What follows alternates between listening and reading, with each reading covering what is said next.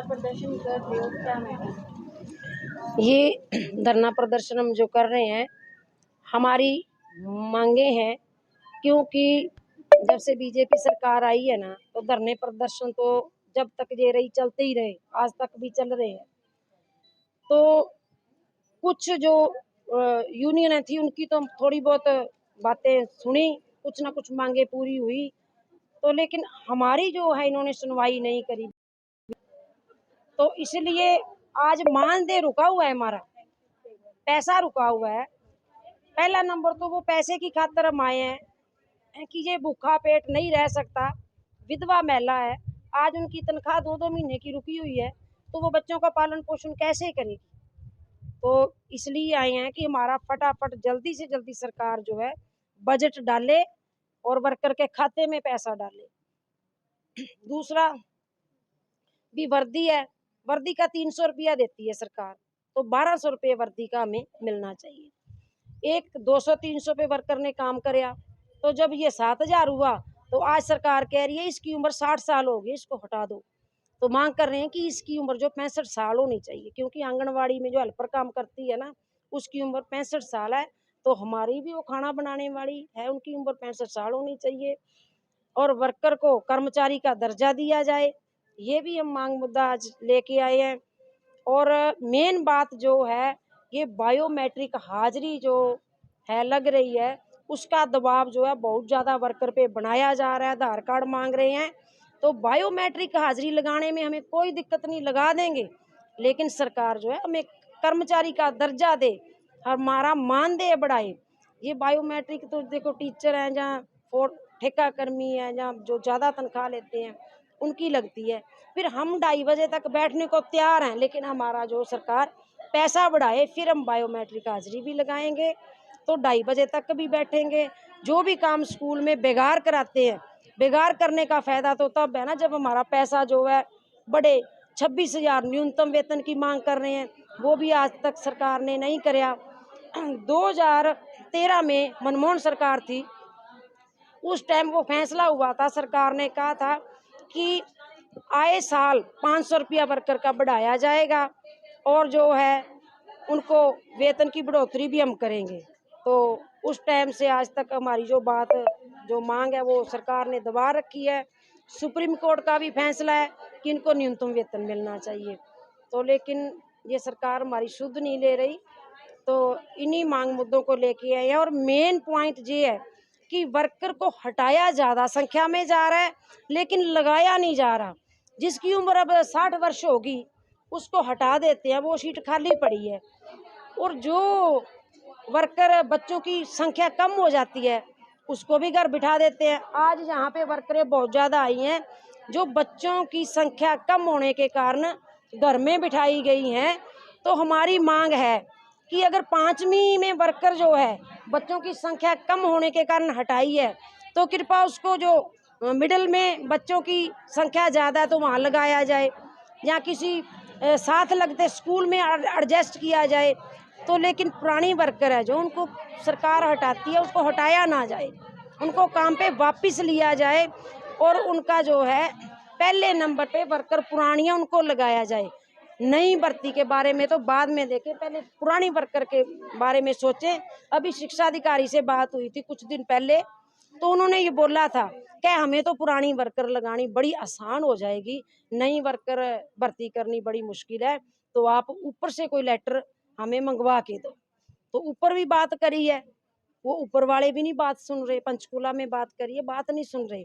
तो जब तक ये हमारी पुरानी वर्करें ऐसे बैठी रहेंगी तो हमारे धरने प्रदर्शन तो देखो चलते रहेंगे, और ये वर्कर को सरकार को लगाना चाहिए। जो नई सरकार आई है, जो नई सरकार आज आप अपना मैनिफेस्टो लेके आई है और वादे कर रही है कि महिला को हर साल लाख रुपया दे देंगे, और मिड डे मील का पैसा भी दुगुना हो जाएगा, और भी मांगे जो हैं आपकी पूरी करी जाएंगी।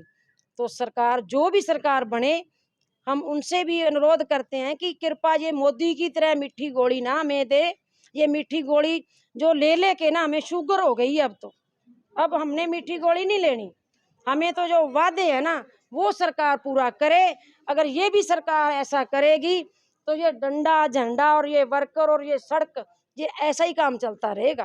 एक मैम 2 दिन पहले जो है आपकी बायोमेट्रिक की जो मांग थी वो मान ली गई है प्रदेश सरकार के द्वारा भी। अब आंगनबाड़ी की या सब इनकी बायोमेट्रिक में से कंडीशन खत्म कर दी है। ऐसे है जी, मांग तो मान ली, लेकिन यहाँ पे जो टीचर है वो दबाव बनाते हैं ना, वो भी तो वर्करों पे दबाव ना बनाए। ये वर्करों से पूछो, अभी भी काफी वर्करें बताएंगी, कह रही थी कितनी, अभी भी कह रही हैं हाथ खड़ा करो। बायोमेट्रिक का किस किस को बोला, अंगूठे वाली हाजिरी, हाथ खड़ा करो, अभी भी हाथ खड़ा करो।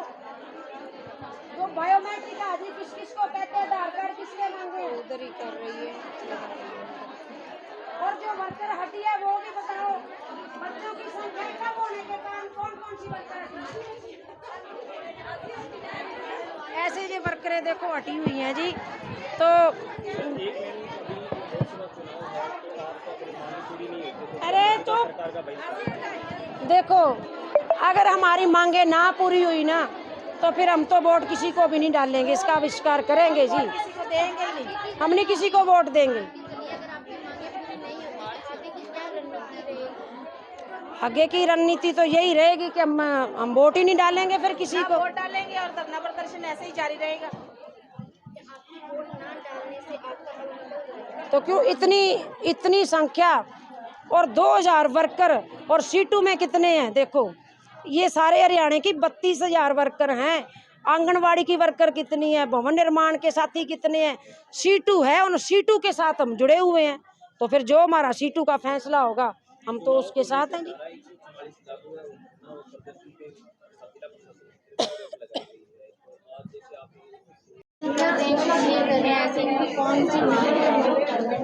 देखिए, जब से इस परियोजना की शुरुआत पूरे देश में हुई, 10 पैसे प्रति बच्चा पैसे मिलते थे और ईंधन भी इनको घर से लाना पड़ता था। यूनियन बनी पूरे देश के स्तर पे, और यूनियन बनने के बाद केंद्र सरकार से आंदोलन करके कुछ फिक्स करवाया, लेकिन 2014 से आज तक केंद्र की सरकार ने एक पैसा नहीं बढ़ाया। और देखिए, शिक्षा महकमे में सारा शिक्षा महकमा जो है वो पक्का है और 12 महीने की तनख्वाह मिलती है। मिड डे मील वर्कर एक ऐसी है, उसको केवल 10 महीने का वेतन मिलता है, छुट्टियों का वेतन काट लिया जाता है।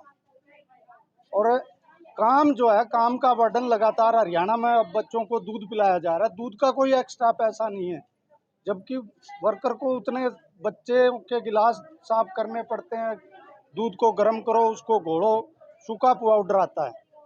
और दूसरा जो सबसे बड़ी समस्या, ज़्यादातर विधवा महिलाएं हैं और इनको समय पे वेतन कभी भी नहीं मिलता, कभी 6 महीने का, कभी 4 महीने का, जबकि सरकार ये कह रही है कि भाई हमने सबके ठाट कर दिए। ये बैठी है इतनी वर्कर, आज पूरे हरियाणा में प्रदर्शन है, स्टेट ने आह्वान किया है, पिछले 6 महीने से इनको वेतन नहीं मिल रहा, काम लिए जा रहे हैं, कह रहे हैं हाजिरी भी ऑनलाइन लगाओ, लेकिन तनख्वाह देने के नाम पे अब आदेश कर दिया कि ऑनलाइन हाजिरी लगेगी, 8 से 2:30 बजे तक आपकी ड्यूटी होगी। जबकि मिड डे मील की जब शुरुआत हुई पूरे देश में, मिड डे मील के जो नॉर्म बने उसमें यह है कि खाना बनाओ और बच्चों को खिलाओ, घर जाओ, ये लिख रखा है बाकायदा। उसकी धज्जियां हरियाणा की सरकार उड़ा रही है कि ऑनलाइन हाजिरी लगेगी। इस नाम पे अलग अलग स्कूलों में आप देखोगे इनका वैसे भी जो दूसरे काम है स्कूलों में वो लिए जा रहे हैं, और इसके नाम पे अब ऑनलाइन के नाम पे जो हाजिरी लगेगी बायोमेट्रिक, उसके नाम पे मास्टर और ज़्यादा इनका शोषण करेंगे। और बच्चों के नाम पे बहुत सी वर्करों की छुट्टी कर दी, अब कह रहे हैं कि एडमिशन कम हो गए।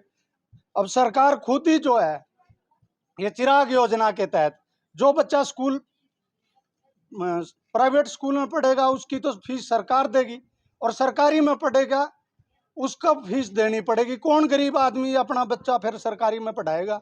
तो इनकी तो सबकी छुट्टी करने जा रहे हैं। और मिड डे मील का बजट जो है, लगातार पिछले 3 बजटों में केंद्र सरकार ने मिड डे मील का बजट घटाया है। तो ये जो मांग है, इनको लेके एक तो वेतन समय पे मिले, वेतन में बढ़ोतरी हो। बीजेपी ने 2014 में अपने घोषणा पत्र में ये कहा था कि भाई हम परियोजना वर्करों को पक्का करेंगे, और पक्का नहीं करेंगे जब तक न्यूनतम वेतन इनको देंगे। आज हरियाणा का न्यूनतम वेतन 12,000 से ऊपर है, इनको 7,000 दे रही है, और केंद्र की सरकार ने एक पैसा इन 10 सालों में नहीं बढ़ाया। इसके प्रति इन वर्करों में गुस्सा है, और मिड डे मील की स्टेट कमेटी ने निर्णय लिया है कि अगर हमारी बात नहीं सुनी गई तो इस इलेक्शन, अब जो लोकसभा के इलेक्शन हो रहे हैं, उसमें सरकार को इसका खामियाजा भुगतना पड़ेगा। आगे की क्या रणनीति रहेगी? आगे की रणनीति तो अभी तो स्टेट के ने आह्वान किया जिला स्तर का, उसके बाद जून में जो है वो पूरे स्टेट की कोई रैली करने का विचार स्टेट का है। 25 मई को इलेक्शन है, आप कह रहे हो जून में रैली करेंगे जी, कि वोट इस पे मतदान पे कोई एक्शन होगा? मतलब मत कह रहे हो कि वोट नहीं डालोगे? नहीं, वोट नहीं डालने का कोई निर्णय नहीं है। हम जो बीजेपी को हराएगा उसको वोट डालेंगे। मिड डे मील की स्टेट कमेटी का ही आह्वान है।